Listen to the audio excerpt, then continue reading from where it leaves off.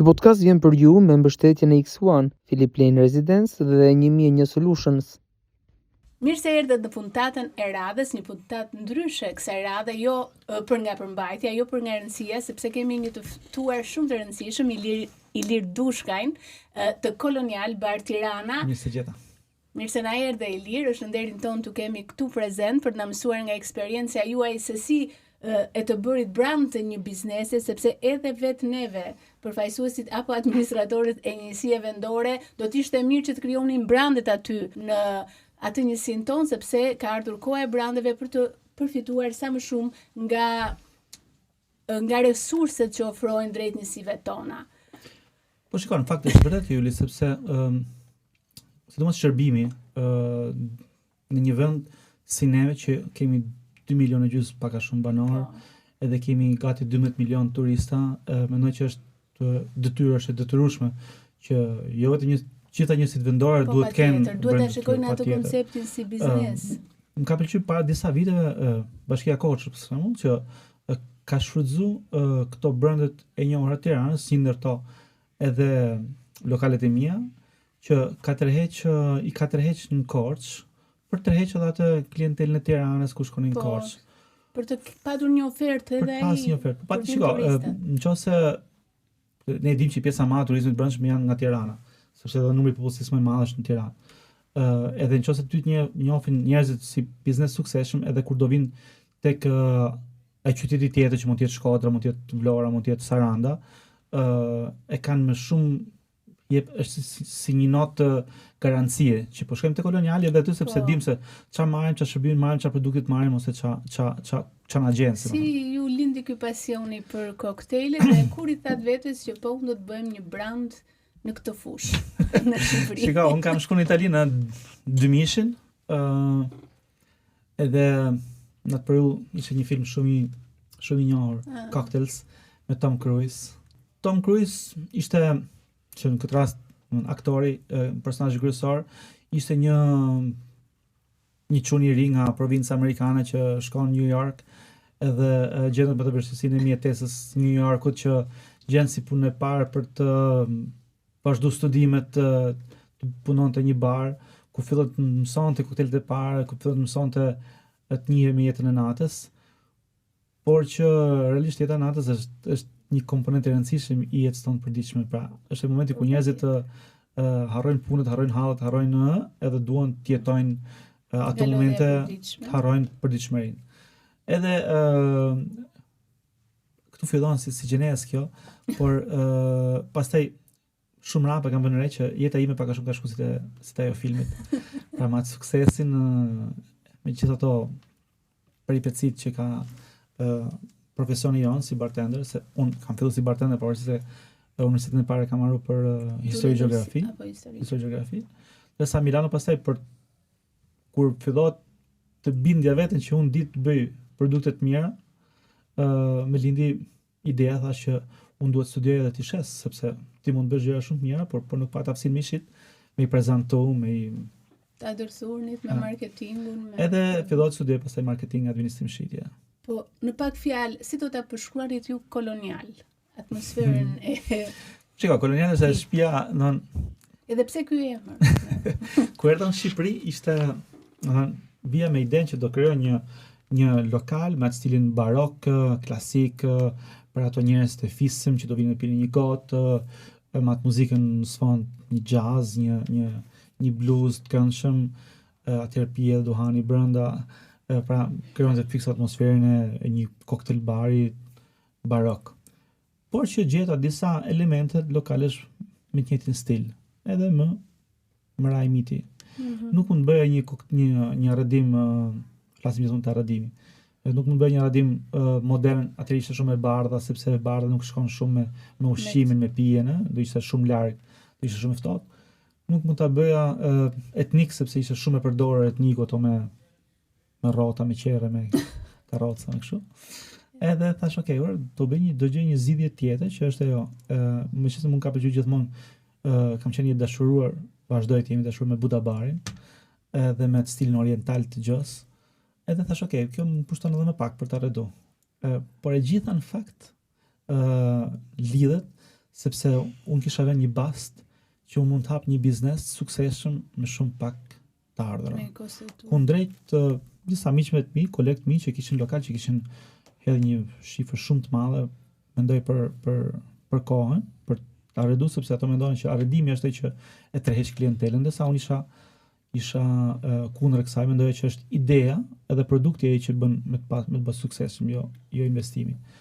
Edhe u ndërtuar të dy bashkë, për të ne marrë atë në buxhete, unë duhet gjëra të përdorura, të bukura që tërheqin vëmendjen, mos ato karikat siç ishin të lyheshin, tavolinat siç ishin të lyheshin, se duhet të rrihet në një buxhet shumë vogël. Sa njerëz kur them se besojnë njerëzit, por që a mund të themi që ka Shqipëria një ofertë dinjitoze në këtë fushë veprimtarie? Po, shumë po, patjetër. Pra, çka, unë kur kam marrë në Shqipëri, kam marrë në fund të 2011-s. Edhe ka qenë oferta, ka qenë shumë e ulët, por gati zero. Kishte disa iniciativa, disa vjeme që ishin kthy, patjetër që kanë dhënë kontribut shumë të rëndësishëm edhe ato për ta zhvilluar këtë industrinë e kokteleve, por që ishte normalitet në atë periudhë të historisë të Europës, sepse edhe po shkoj Milano, Milano ka një zgjidhje të madhe, mund të ishin 20-30 lokale shumë të mira me koktele. Po po shkojmë në pjesën tjetër të Italisë, sa qytete kishin asnjë, pra nuk ishte e njohur. Kështu siç ishte Italia, Gjermania ishte shumë më mrapa, Franca ishte akoma më mrapa. Ama pas 2010-s filloi edhe të hapi moda e koktel barëve në gjithë Evropën. Sepse ne dimë që koktelet kanë perë natyre nga New Yorku, Londra deri diku, por që Europa më pak, si më thon, e kishte njohur. Milano ka qenë qyteti kryesor i koktel barëve në Itali. S'po them pastaj Greqia ose këto vende të tjera që kanë qenë shumë mrapa, pavarësisht se bënin 3-4 gjëra dhe edhe ndiheshin që ishin më përpara, por realisht kanë qenë shumë mrapa dhe vazhdojnë të jenë më mrapa. Çfarë ju bëri ju të suksesshëm? Mendoni produkti, atmosfera e krijuar apo marketingu apo të gjitha bashkë? Shikoj, mendoj që në suksesin e një produkti, po e quajmë këtë rast, që është koloniali, janë të gjitha pak bashkë, janë të ndërtuara, pra nëse ti ke një produkt të mirë, ke tendencën që të tërheqësh njerëz të mirë që e konsumojnë të produkt, nëse ti marrë konsistencën, sepse historia e Shqipërisë ka ngaherë, domethënë këtij sektori ka ca histori kështu të veçanta që edhe janë bind njerëz që ti hap një lokal ose një restoran, do e kesh atë cilësinë e mirë për ca kohë, edhe pastaj do ndryshosh. Edhe kjo biles ishin kështu, vini njerëz do shikojnë se 6 muaj parë do jesh mirë, pastaj do e prishësh dorën tjetër. Tani pas 15 vjet dhe kthej njerëzit thonë si duket, vazhdojmë të marrim njerëz. Pastaj ruajtja konsistencës se tregon. Ruajtja konsistencës produktit, pastaj kur ti tërheq njerëz të një cilësie të mirë, patjetër dashje pa dashje ke mundësinë që të kthehet edhe në marketing, pastaj sepse në fundit kur vjen ndjesh mirë në një lokal, do vinë njerëz, do flasin mirë për produktin tënd, do të kthejë njerëz. Unë kur kam marrë Shqipëri nuk kam njoft asnjëri, domethënë. Ato dhe tani të njohin të gjithë. Po them 10 kush kam prap nevojë të njoh. Cili është koktejli juaj i preferuar dhe a do të ketë Shqipëria ndonjë koktejl brand ndërkombëtar, mendon? Tani ne jemi vend i vogël për të lënë gjurmë ndërkombëtare. Never say never. Kjo është e vërtet, por që zakonisht me vënë re të gjitha koktelet që janë ndërkombëtare ka një lobbying shumë të madh, është si puna e festivalit evropian. Më shumë. Që do të ketë. Pra duhet të jetë një produkt i rëndësishëm shqiptar që të loboj për të bërë për të hyrë te lista e 60 kokteleve ndërkombëtare. Që ato riciklohen, kanë në çdo 2 vjet disa dalin nga lista, disa hyjnë te lista. Po grup moshat që frekuentojnë më shumë? Nuk ka një statistikë të qartë, por më ajo që unë shikoj, pse të them qartë. Tani periudhën e qershorit që kthehen studentët nga jashtë, rritet numri i të rinjve. Pra bjen më pak syate që posha pak më të mëdha. Gjatë periudhës kur ato nuk janë pak mosha më të mëdha, 1-30, 1-40, pra nuk ka më një gamë klientele që janë edhe 70 vjeçë dhe vinë. Do të thonë që duan të provojnë, duan të ndjejnë lidhen, kanë qenë shoqëri e vjetër ose punës ose e shkollës, edhe duan të vinë provojnë koktelin. Pra, kjo bota e kokteleve është e bukur sepse kanë shumë ngjyra. Koktelet se ngaherë e ngatrojnë ngjyrat, mendojnë që ngjyrat ndonjëherë është dhe misterioze nga pak. Po ngjyrat nuk janë vetëm thjesht ato ngjyra që percepton syri, janë ngjyrat e shijes, se kokteli vërtet nuk ka shumë ngjyra. Ti tregon një ngjyra, pastaj shije. Edhe unë për të heq këtë intrigën e ngjyrës të syre që shikon syrin e mundu të bëj gota pak çuditshme që janë gjithmonë different pavarësisht se mundohem që të jenë sa më transparente, por që është shumë interesante ai impakti i parë. E kur ti je i lumtur me impaktin e parë, do jesh i lumtur edhe me shijen pastaj që vjen mbrapa, nëse gjithmonë është në lartësinë e duhur. Nga përvoja juaj, sa të përgatitur janë të rinj për tregun e punës dhe për të ndërmarrë një iniciativë në sipërmarrje? Shiko, për fat keq, ne kemi një, këtë tani po flas si punëdhënës,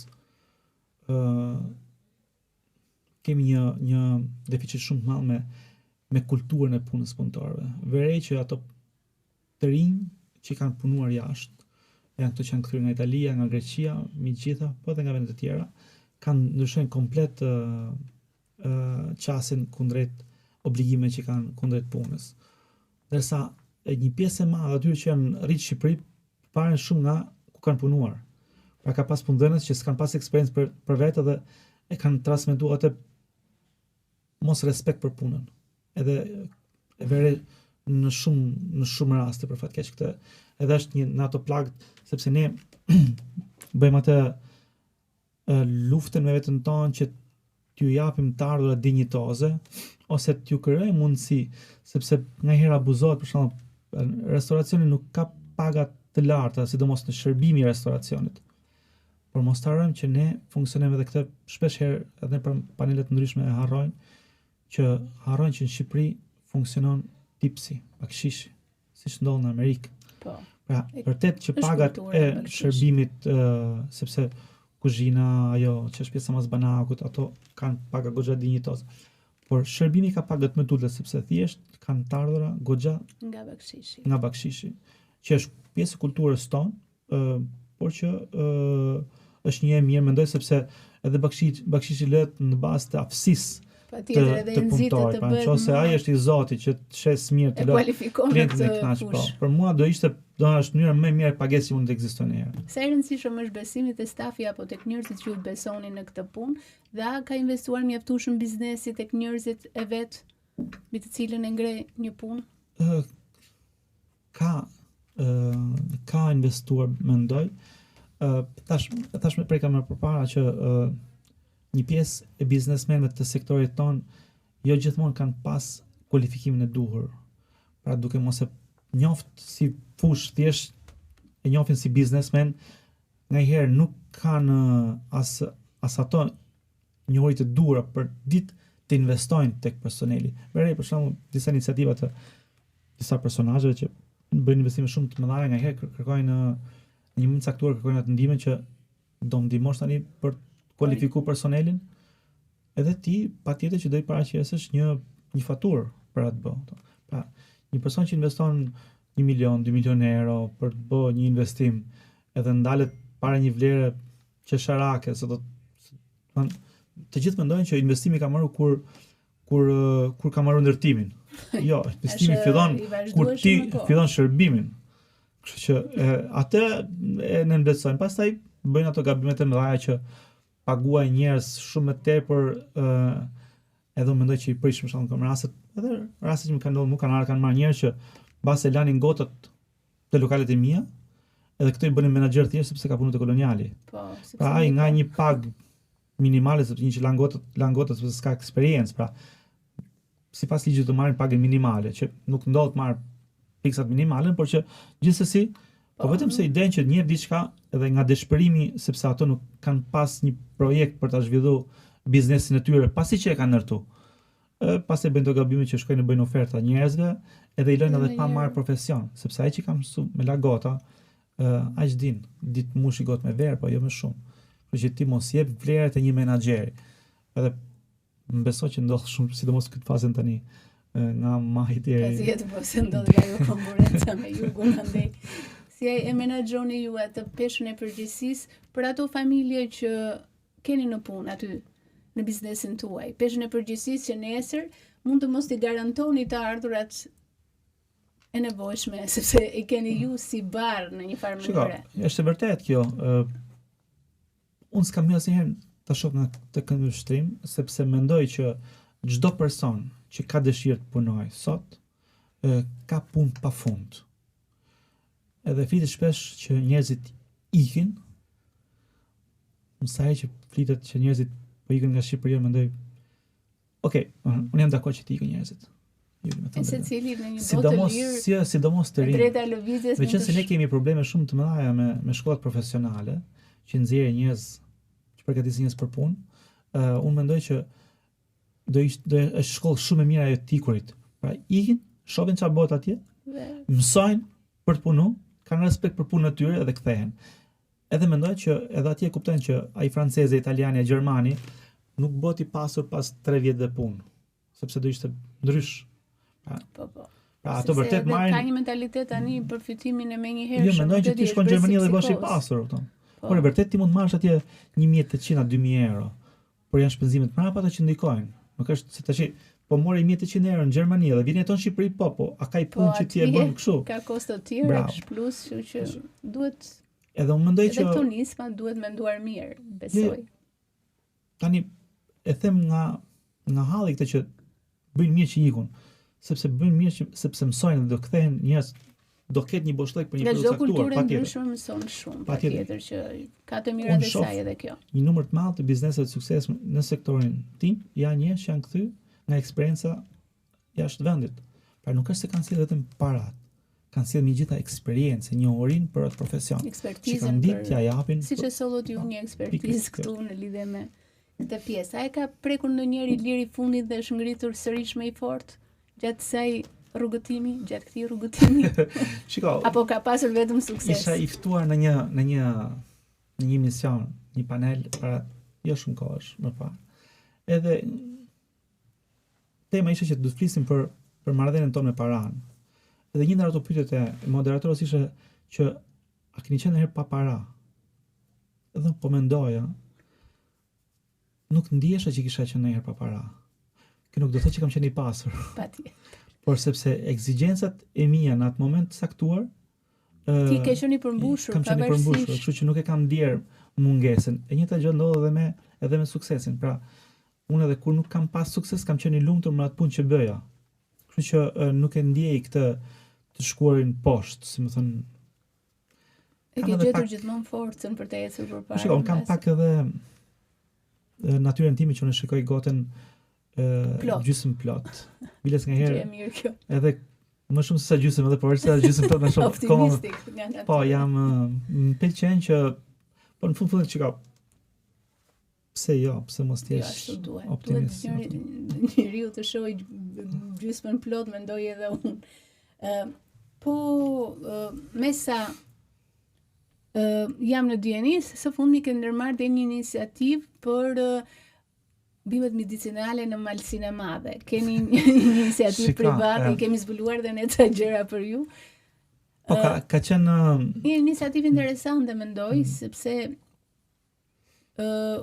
nuk e di nëse gabohem, mbase nuk di nga shumë edhe nga kjo bota e koktelve, ka ndonjë lidhje kjo ndërmarrje bimëve medicinale me kolonialin, duke qenë se ka edhe fushën e aromatizuesve këtu në koktejle, apo janë pa lidhje fare? Jo, është e drejtë ajo. Dhe koktejlet kanë gjithmonë disa bitër që nxjerrin shpesh nga bimë medicinale ose nga bimë aromatike. Ka qenë gjithmonë një ëndër e ime që unë origjinë kam nga Malësia e Madhe, por se i lindur i rritur në Shkodër. Por është ajo tërheqja e gjakut. Ai po quhet ajo maneti i gjyshit më shumë se sa. Kur i rënd në vend të vet. Me tërheqje gjithmonë. Ajo është zona e mi Shkodrës, është zonë që nuk e ka për fat keq shumë të zhvilluar bujqësinë. Unë ja kam dhënë gjithmonë fajin tipit të terrenit. Meqense unë kam bërë disa investime edhe në Itali në agrikulturë, në bujqësi, domethënë.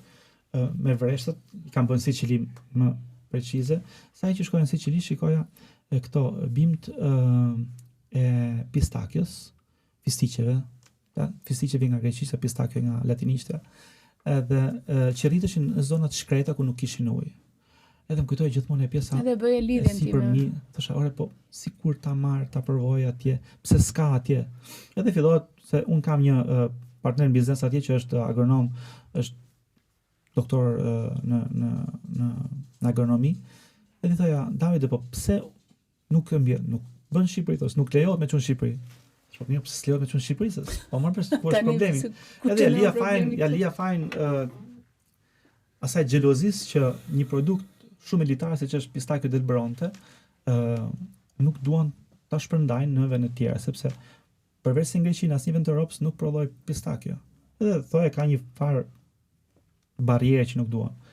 Edhe pak nga pak filloja e gërmojnë atë, edhe sa i ditë e binda, edhe i thash po prova mora një sasi rënjë caktuara, edhe me të drejtë, se unë nuk merresha, nuk dija se si funksionon aq shumë bujqësia, unë ndalua në port sepse nuk ishte certifikate nga AKU-ja. Certifikate e sigurisë ushqimore të kontrollit. Po, duhet ishte një regjistrim tek drejtoria e fidanëve dhe farave. Thash, okay, mirë që jam tu tani, këto tash po e regjistroj, edhe bëra gjithë dokumentacionin. Të drejtën, ishte shumë e vështirë ta bëjnë në Itali për ta importu në një vend jashtë Italisë, sepse ata nuk donin që ta çonin këtë, sepse është shumë i rëndësishëm pistakjo del Bronte, nuk është një pistakjo i thjeshtë. Gjithsesi arrita. Edhe arrita që të mbidhja 3 hektarët e parë. Edhe deri tani ka funksionuar goxha mirë, do të thënë njohja e pemës me tokën.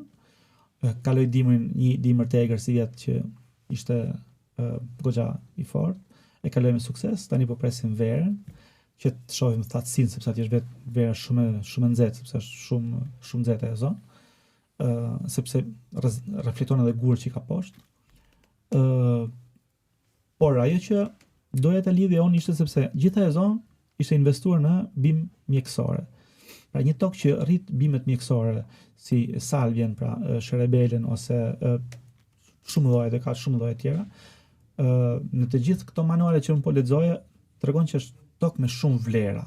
Pra derisa nga një tokë me ato vlera që mbase nuk rritet gruri, mbase nuk rriten nisëri, por nëse rriten bimë mjekësore që nxjerrin për një produkt të caktuar. Eksakt. Vajra esenciale që përdoren me shumë sukses në mjekësi, do thotë që është, po them gjuhën popullit, tokë e bekuar. Edhe unë fillova të bëj këto eksperimente mia. Kështu që janë eksperimente çik italian të hazarduara. Sa e keni të menduar dhe e keni të studiuar këtë pjesë, besoj që do të keni sukses të ngjashëm. Si thonë, është një shtëpi pa çati, por gjithsesi ka vështirësitë e veta, por kur je në rrugën e dur, besoj edhe me optimizmin gjithmonë që na karakterizon, do të kemi sukses. Megjithatë, nuk duhet të lini pa u orientuar dhe nga skema kombëtare për subvencionimin edhe në këtë fushë, se me sa di edhe pjesa e bimeve medicinale është pjesë e skemës. Tani unë kam shfrytzuar tokat,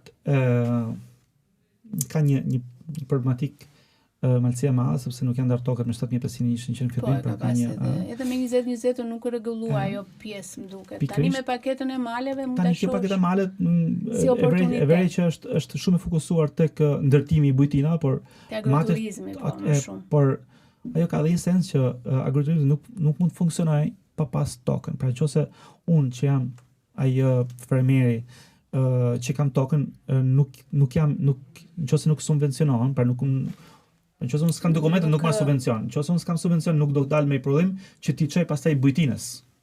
Kështu që kjo mendoj që këtu ka diçka për ta pa nga i këndvështrim tjetër. Pra që ti mua më shtet, ti si shtet, me paketën e male, më shtet që të bëj bujtinën, që ta legalizoj bujtinën. Bujtinën gjithmonë me investimin tuaj me kredi. Patjetër, por gjithsesi ti më ndihmon që të kem dokumentacionin. Për ta pasur. Në fund ti pajisesh me certifikat në pronësisë për pjesën që investon. Shumë bukur. Por kjo bujtina këtu, pra gjithë ato bujtinat, a kanë nevojë për produkt? Sepse bujtina pse hapet? Hapet që të shfrytëzoj produktin e vendit. Tani, nëse unë jam ai fshatari tjetër që kam tokën, por nuk kam subvencione, sepse subvencionet janë shtet vetëm për ndërtimin. Jo, subvencionet kanë edhe për produktin, për bime medicinale. Nëse nuk ka certifikat pronësie, nuk ka asnjë lloj mbështetje kombëtare. Edhe për sipërfaqen e mbjellë me bimë medicinale. Unë duhet mbjell domate.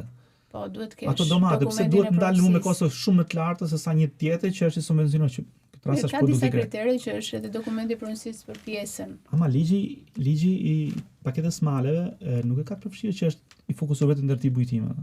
Jo, Është për nuk mbështetjen, është- për po, mbështetjen? Nuk është e përcaktuar Bravo. që është vetëm për agroturizëm, është më e gjerë. Ama fusha. megjithatë që unë flas, diskutojnë vetëm për ndërtimin e bujtinave. Po bujtinat duan produkt. Sepse çka kuptimi ka që të ndërtosh një bujtinë dhe mos kesh produktin edhe aty fshatari tjetër, ose vetë bujtinës. Mira, ajo është një nga fushat ku mund të investosh, por me paketën e maleve është më e gjerë. Pse mos të E mbështetet edhe ai që prodhon në atë zonë.